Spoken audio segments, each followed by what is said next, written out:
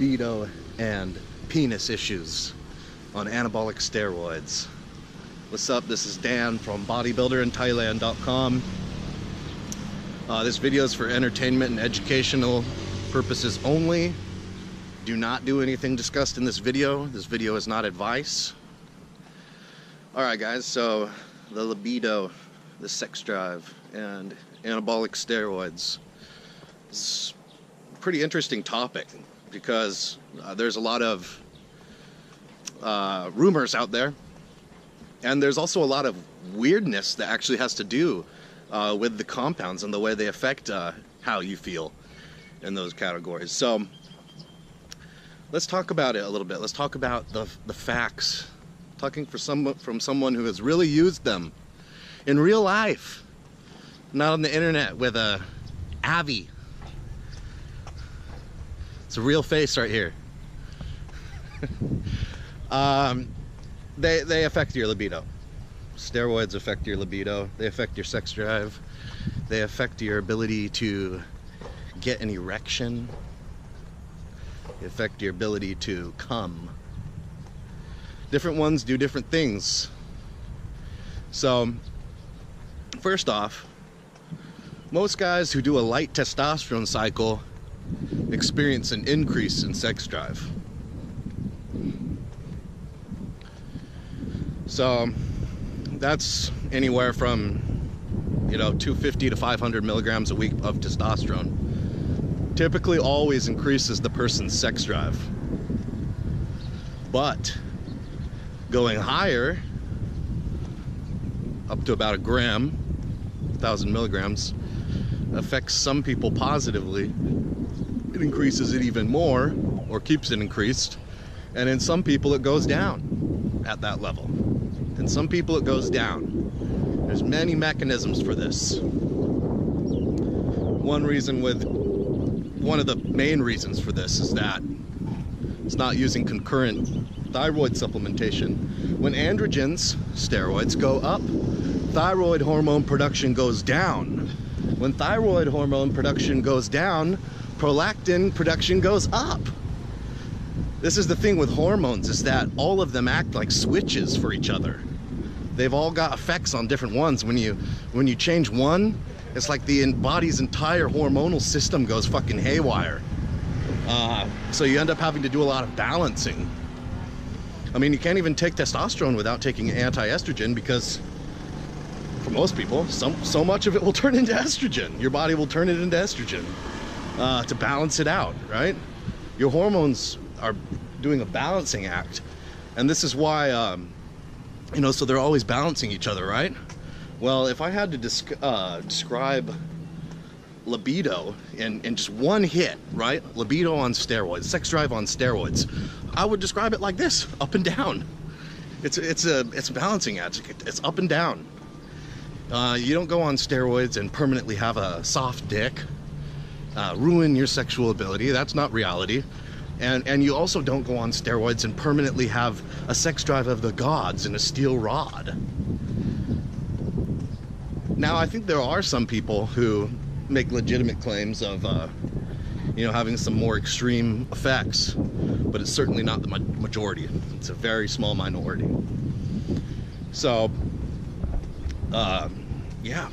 Okay, so I will say a few things, and that is that those moderate dosages of testosterone, low moderate dosage, 250 to 500 milligrams, that's the best positive sex drive. Okay, there's another little tablet. It's known as Proviron, Mesterolone. It's basically like a sex drive pill, and basically what it is it's dihydrotestosterone. It's a metabolite of testosterone. The metabolite, dihydrotestosterone, is created in your body from testosterone. And that metabolite is super potent at stimulating tissues that are receptive to male hormonal input, but not muscle. Everything but muscle. And that's why DHT, dihydrotestosterone, it doesn't build any muscle. Even though it's so much more potent than testosterone. It's deactivated as soon as it gets inside of muscle. But It's very potent at stimulating the lizard brain. It's very potent at stimulating your libido. And so Proviron, being just pure DHT, purely the part of the hormone that acts on your brain and supports male sexual function, causes male sexual desire, is more or less this pill, Proviron. And if you want to have some sexual urges, feel what a sexual urge feels like, just start taking, this is not advice, this is entertainment, just start taking 50 milligrams of Proviron a day, every day for a week, and report back to me. All right? So there's one that that enhances sex drive every time. Here's one that that doesn't every time. Trenbolone. Most people experience up the first week, and then after that a crash down, because then prolactin rises, and that shuts off the male sexual system, shuts your reproductive organs off. Can't come, can't get hard. That's why you take Caber. Cabergoline. It's a dopamine agonist, and dopamine is also anti-prolactin hormone. That's another name for it. All right, and your sex drive comes back, your dick gets hard again, you can come again. All right, so there's Trenbolone. Some people don't get that effect. Some people are fine without taking Caber. It just doesn't affect them that way. So that's Trenbolone. We've got Proviron, testosterone.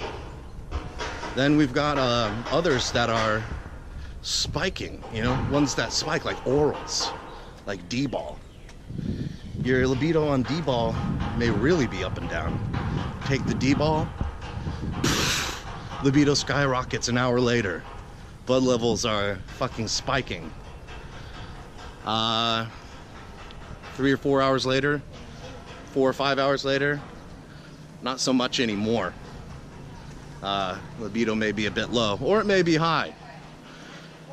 Another thing that could happen is, especially if you're taking D-ball, or you're taking higher testosterone, or if you're just using an aromatase inhibitor, is using aromatase inhibitors and smashing your estrogen.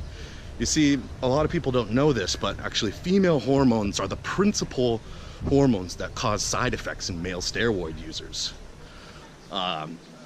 Male hormones get turned into female hormones, or they affect female hormones in your body, and those female hormones just fuck you up, okay? Anyways, estrogen is really volatile when you use anabolics, testosterone, D-ball, and believe it or not, estrogen in the high range and in the low range can both do negative things to your libido, but estrogen in the right range does things positive to your libido. That's another thing. So let's say I have high estrogen, okay? Because let's say I'm not in actuality, but for the sake of this example, let's say I'm using 1,000 milligrams of testosterone a week. My estrogen's high. How do I know? I know because my nipples got itchy, and because my boner isn't as hard as it should be. All right, so I take 1 tablet of letrozole. Okay, so the letrozole, about an hour later, it's really doing its job, and all of a sudden I'm like, whoa, I have a strong desire to have sex right now. Sex drives back. Sex drives back. So estrogen is fixed. Well, that letrozole is still doing its thing. It's still bringing the estrogen lower and lower, because it keeps working for more than just a couple of hours. And then the next day rolls by, and I wake up and I'm just feeling mentally flat, and there is no desire for sex. This is an example of how your libido on steroids can just be up, down, up, down. But then, 2 days after that, you don't take any more aromatase inhibitor, and now your testosterone starts, getting ahead of the aromatase inhibitor again. It starts making enough estrogen. Boom! All of a sudden, your sex drive's up, and then it starts to go. Your estrogen starts to go too high, and you're like, oh fuck! Now it's getting too high. My sex drive's getting not as strong again. And then this time you take only a 1/4 tablet of letrozole, and things turn out good. So this time your libido stays, and you get that high libido, and you maintain it for several weeks until something else goes a little weird and you have to start fidgeting with things again. Eventually you get better at monitoring or managing these things, but nevertheless they are an annoyance that for the most part sticks around. When you're natural, your libido is always like this. It's always just a straight line. It's always there. It's probably always fairly strong, okay? On gear, your libido is like this. Sometimes it's strong, sometimes it's really strong, sometimes it's not strong, sometimes it doesn't exist. All right? So that's the truth. That is how steroids affect sex drive and libido. To learn more about red pill bodybuilding, go to bodybuilderinthailand.com.